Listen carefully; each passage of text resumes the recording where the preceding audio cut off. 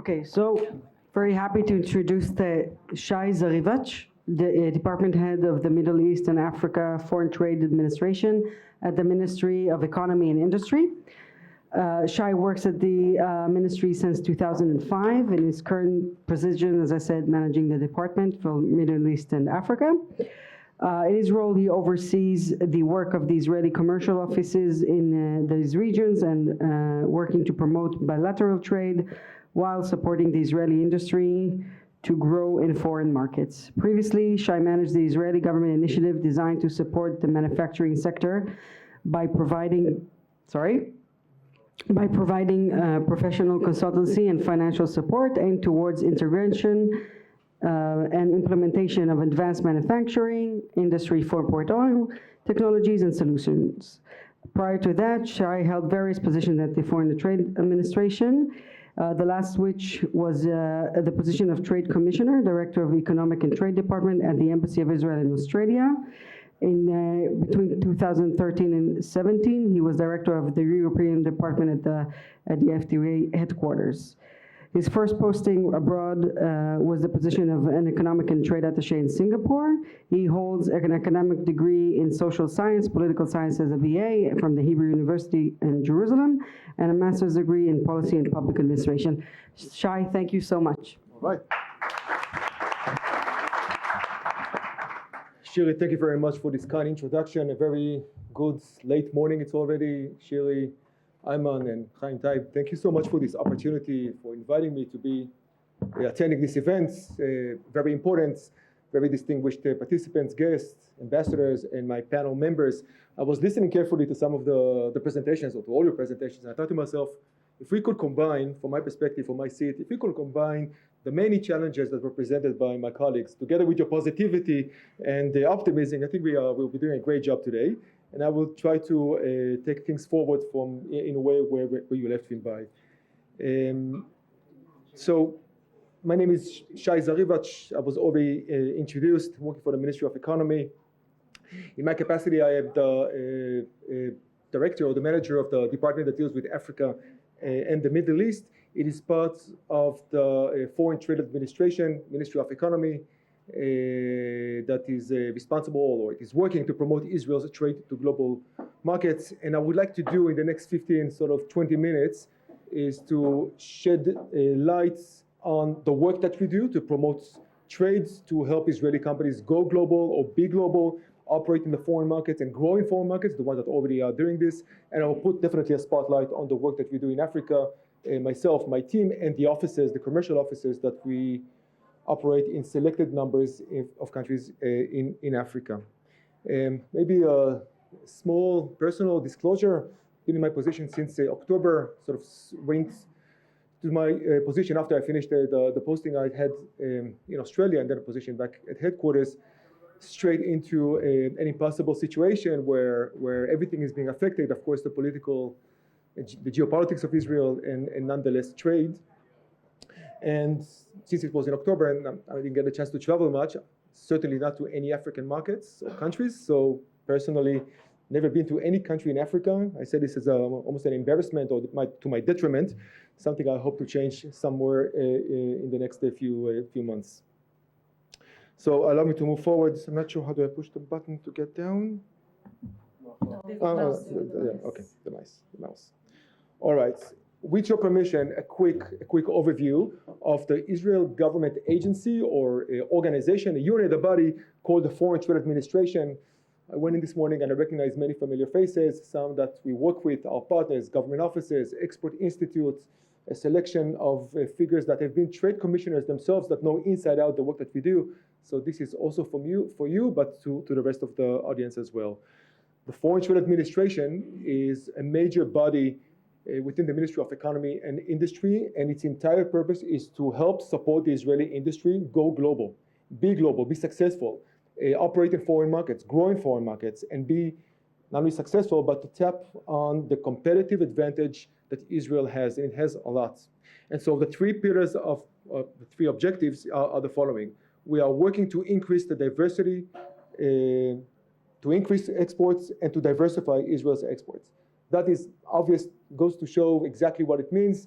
Israel is highly dependent on foreign trade. It is not only an important component of the Israeli economy or its growth trajectory, it is highly important together with the job market, or if it affects the job market, it is contributing significantly to the GDP of Israel, which altogether, looking backwards in a number of years, and I'll show a different slide, has been remarkably successful. It is all sorts of reasons, largely the Israeli integration into foreign markets, global markets, opening markets, and so increasing trade and diversifying it, diversifying continents, diversifying countries and markets, diversifying sectors, and that is important, is the responsibility and the work that we do at the office at headquarters.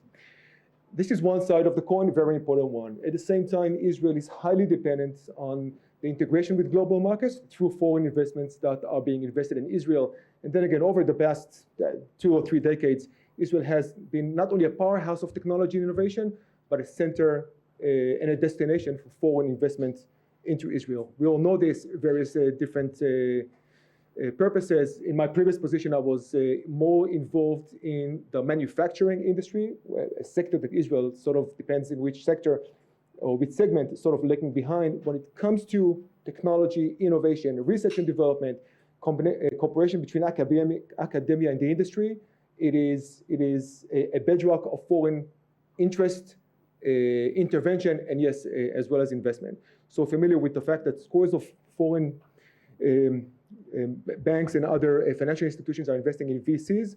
Nonetheless, we are targeting the tech giants that many of them have operation in Israel. None of these have changed. We haven't actually seen anyone leaving or narrowing their capacity, their work in Israel. About 350 R&D centers, then again, the work and the pride of the Israeli economy. And was mentioned by my colleagues as well, the Foreign Trade Administration is the organ within the government which is responsible to manage trade policy, namely entire infrastructure of agreements, of partnerships that are aimed to support the Israeli industry, have it more competitive, reduce tariffs, remove barriers for trade, as well as customs, through the form of foreign FTA, foreign trade agreements, and many other platforms.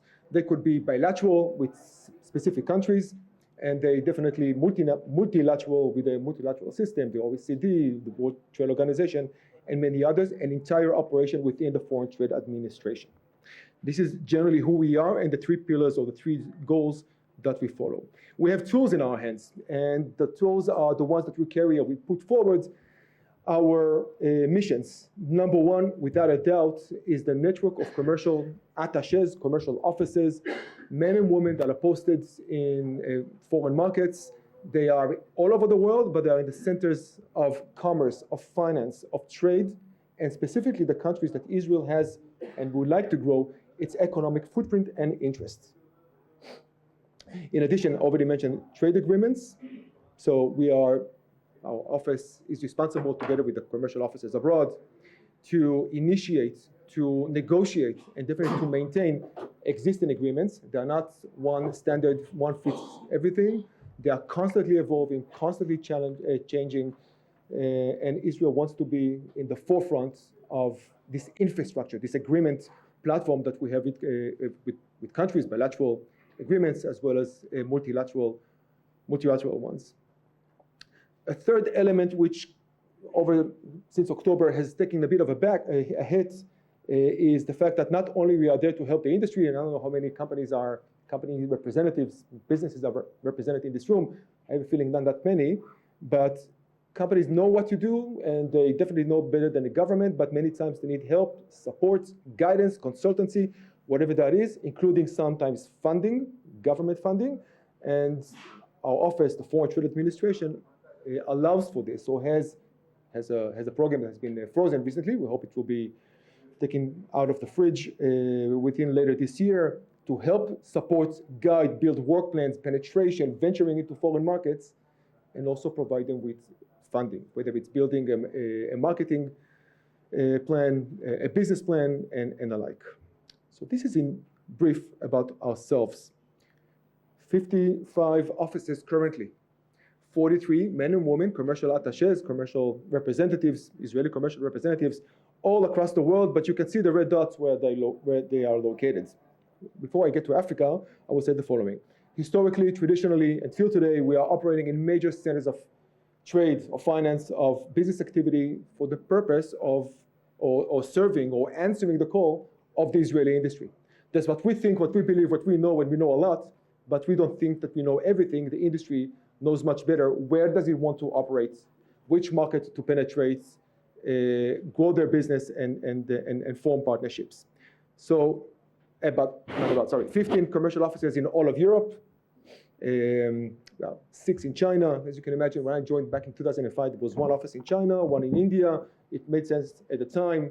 There are now 6 in China alone, 3 in India, 5 in the United States, 2 in Germany, and the rest of the countries and markets of interest. I was already introduced. So the edge of the empire, the red dot at the end of in Sydney, Australia, was my previous home for up until 2 years ago. Yes, I know Africa is not is not sufficient. Without a doubt, I think it was mentioned numerous times. And yes, we are also located in major countries of interest to us. It is not enough, and we hope and we plan to grow it. As a matter of fact, already maybe this year, beginning of next, another office will be opened in Morocco, in north of Africa. That doesn't mean that we are well covered, well spread, and highly networked, but these are the current situation that represents, then again, the voice of the industry. And I started a while ago, less than a year ago. I certainly hope that when I will complete my position, it will look very different, and it will answer some of the challenges that were mentioned by my colleagues. Can I just share some figures, numbers and figures on trade, specifically export, which is our prime distance. I will put more spotlight on exports, because that's what this is what we do. Of course, we are living in a world of bilateral relationship trade, and import to Israel is highly important, and we are also involved in this. But our responsibility is to put our time, our efforts, our budgets, and our people to help the Israeli industry grow, to help go to markets. So if you look at the Israeli industry, and I'm not talking about the ship in the ocean, but the trade figures, they tell a story. I mean, I could have taken many more years, could have did an analysis, which I will in the next slides. But altogether, you see that in 2017 and 18, as well as 19, altogether positive figures. 2020, but 2021, the beginning of this decade, 21, 22, has seen a remarkable success or remarkable growth of foreign trade or exports. Now, this goes hand in hand, or this is a reflection, a mirror of the Israeli economy. The past number of years have been remarkably successful. Not only foreign trade, but also fairly or relatively low unemployment rates, around 3%, low inflation rate, about 3%, GDP growth that reached a whole all-time peak, about 55,000 per capita, that puts us in the number 13, ranked the world's ranking of successful advanced countries. And yes, 2023, or since October, there has been an effect, there's been a hit, but I want to believe, an insignificant one. Don't be judged by the -6 drop from the all-time peak of export of Israeli products, services, technologies to foreign markets that has been 166 billion in the year before 2023. Does not mean it's going to go forward. We are absolutely positive it is. Do we have any experience to tap on this promise? Absolutely. The Israeli economy has seen scores of events, violent rounds, maybe not exactly the same intensity as the current one, but every single time there was a quick or there was a recovery and return to growth. And so this simple chart in the billions of dollars tells not only a positive story, but also give a promise to a quick recovery and continued growth, integration, and more companies doing more businesses in global markets. We are, at least from our perspective, tossing all sorts of balls in the air, but two main balls are goods, and the other one is services. Excuse me for the Hebrew there, but one of the indications of a growing, I would even argue to say healthy industry, is the growth of its service sector, that in the current today, the day and age that we live in, the digitization of the industry has remarkable growth and potential to go forward.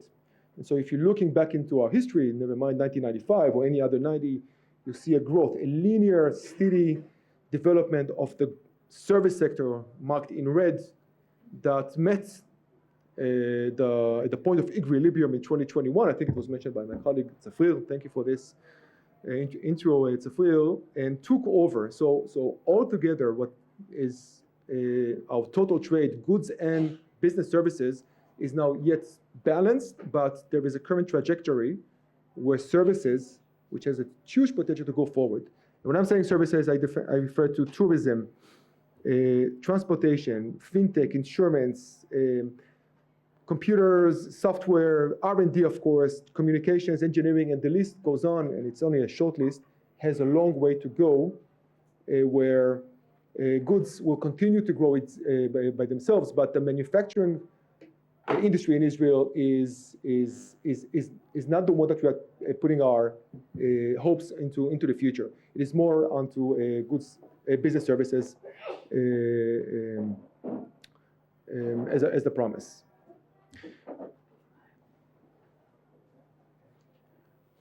Let's look together at this following slide.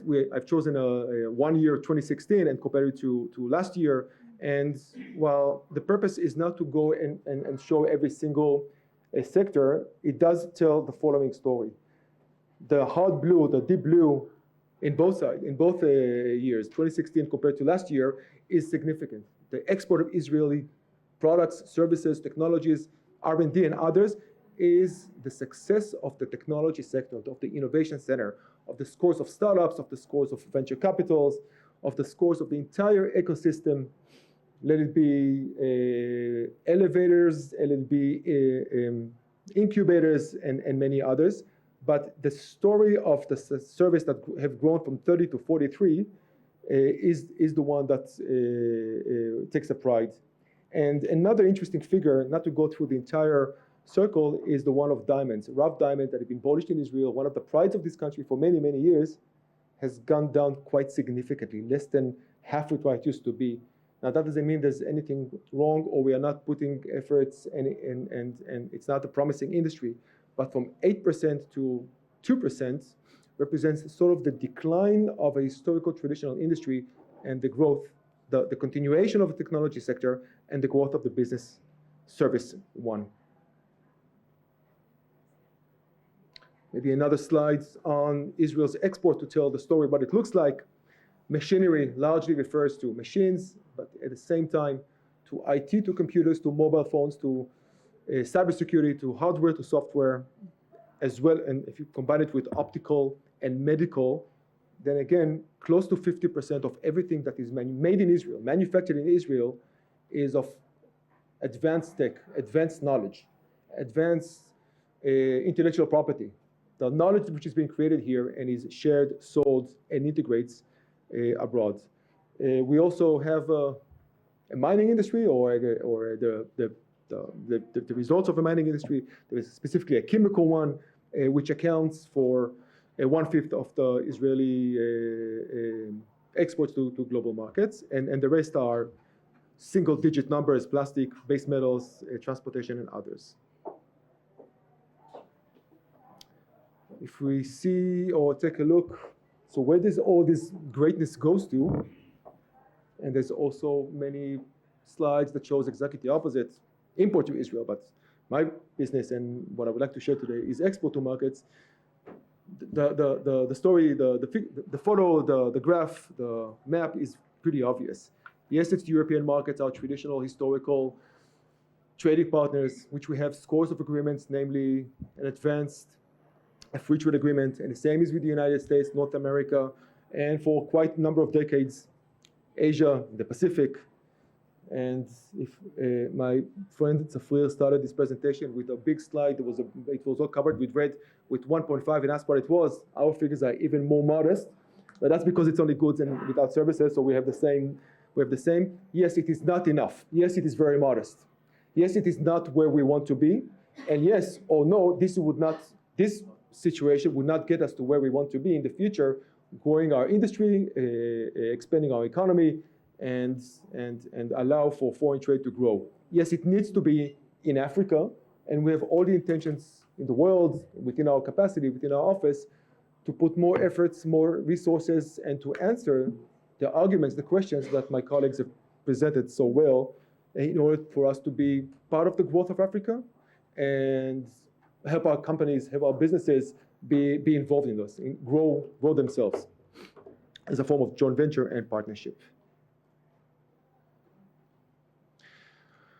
I have no intention of going through every single country, but I would like to say that a success would not be growth, but an African country, or maybe a collection of African countries and markets on this graph in the year 2030. Then again, I think it answers some of the arguments that were made by my colleagues, because this one represents the previous maps that I've shown and the things that we all know all too well of Europe being, or European countries and markets being the destination for Israeli companies to go to trade, to partner, to joint venture, to find distributors, customers, and clients. Of course, the United States, China, and India.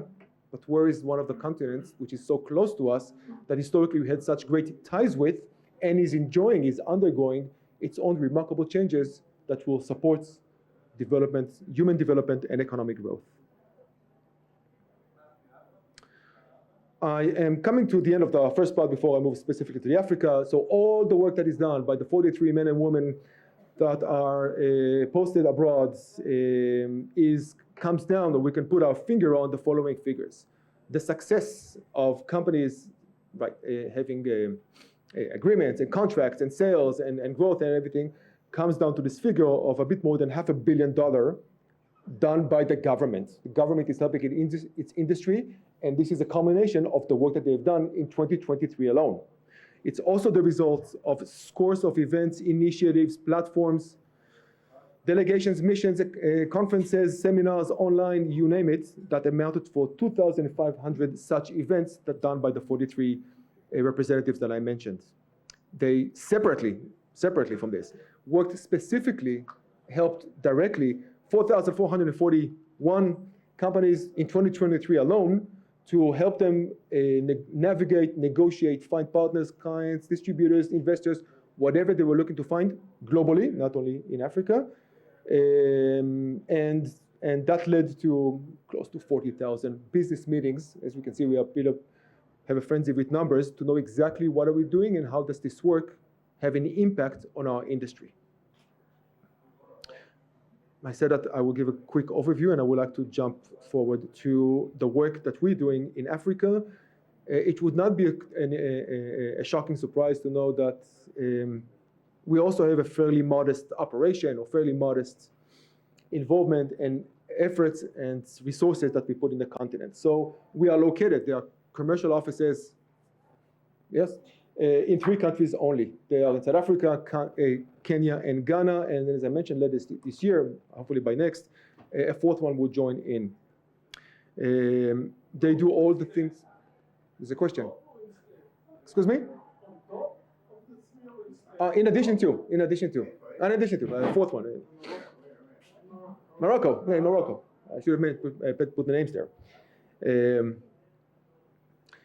When preparing for this presentation, I thought to myself, there are promises and expectations and growth is all great, but the challenges are obvious, and they were mentioned scores of times by basically every speaker before me. And I thought to myself, I want to be sort of different. I want to put them in a nice but convincing way. And I asked a new friend of mine called ChatGPT, can you shortlist for me the 8 to 10 major challenges for Israeli businesses, not just anyone, though they're not different from any other company or any other country in Africa. Very big question. Challenges is manifold.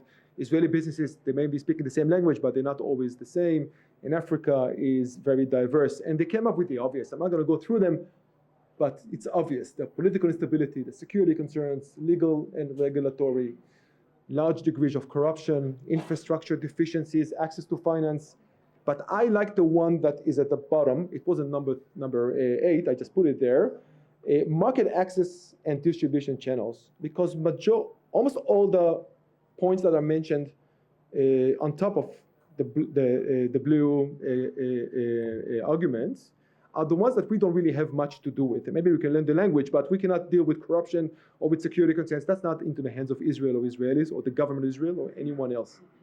But identifying reliable distribution channels and navigating local market dynamics can and is being done by us or by the representatives that Israel has in order to help the industry. So yes, we do provide help, support, opening markets, speaking, talking, and working with specific companies to understand their needs, help them find the right partners, customers, clients, distributors, whatever that is, help them form joint ventures and partnerships. There's quite significant work which is done. It's still quite modest compared to everything else that we do, and I hope that this will, and I'm planning for it, to grow bigger.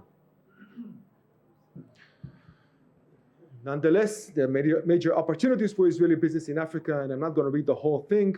Maybe just say that Israel is, maybe some of us have not forgotten, but thought to ourselves, maybe it's not the best time. It is the best time because Israel is a global powerhouse of technology and innovation. And it's not just something that we're all happy and proud of, and there's more companies on NASDAQ and the list, and you know all those explanations. They have solutions, they have competitive advantage to solve significant amounts of challenges that exist anywhere, certainly in African countries.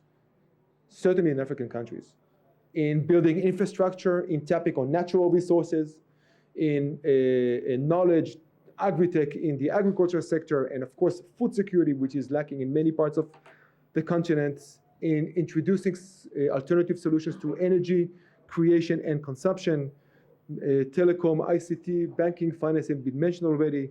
And then again, this is all the result of my new friend ChatGPT, and I marked the one that I found most interesting, what we can do, what we are most instrumental, trade and investment, because Africa represents opportunities for Israeli companies to expand trade relations and investment supported by initiatives to strengthen economic ties and partnerships between Israel and African countries, facilitated by all sorts of NGOs, private companies, many professionals, nonetheless governments and non-government organizations. Coming to the end, maybe two other sides. So yes, the numbers are pretty stagnant. The export of Israel is pretty low. $500 million was in 2023, and the numbers not exactly grown bigger or smaller compared to the years before. So pretty stagnant when it comes to the trade figures or the export of goods from Israel to African countries. South Africa, with all the difficulties, the challenges, but there is a glimpse of hope following the last elections. For many of you that are familiar with the new construction of parliament and government and decision making, South Africa is more than about $220 million exports, and the list of other nations, Kenya, DRC, Ethiopia, Uganda, are marked on the graph. Coming to the very end, specifically in Africa, the three commercial offices that we operate, myself and the team themselves and their teams, myself and my team, and one representative is here with me, staff not looking, are responsible for, or can put our hand on $50 million worth US dollars worth of successful business deals, contracts signed, and deals gone forward. And this is the culmination or the result of more than 100 events that we have set forward separately, in addition to 170 companies that we know that we were in touch with, supported, opened, connected, and introduced, and more than 2,400 meetings. And all together, last year, 880 Israeli companies enjoyed our services, and we hope and invite many to follow and come forward, that partnered with 2,000 African partners. And with this, I come to the end of my presentation, and I'm happy for the opportunity.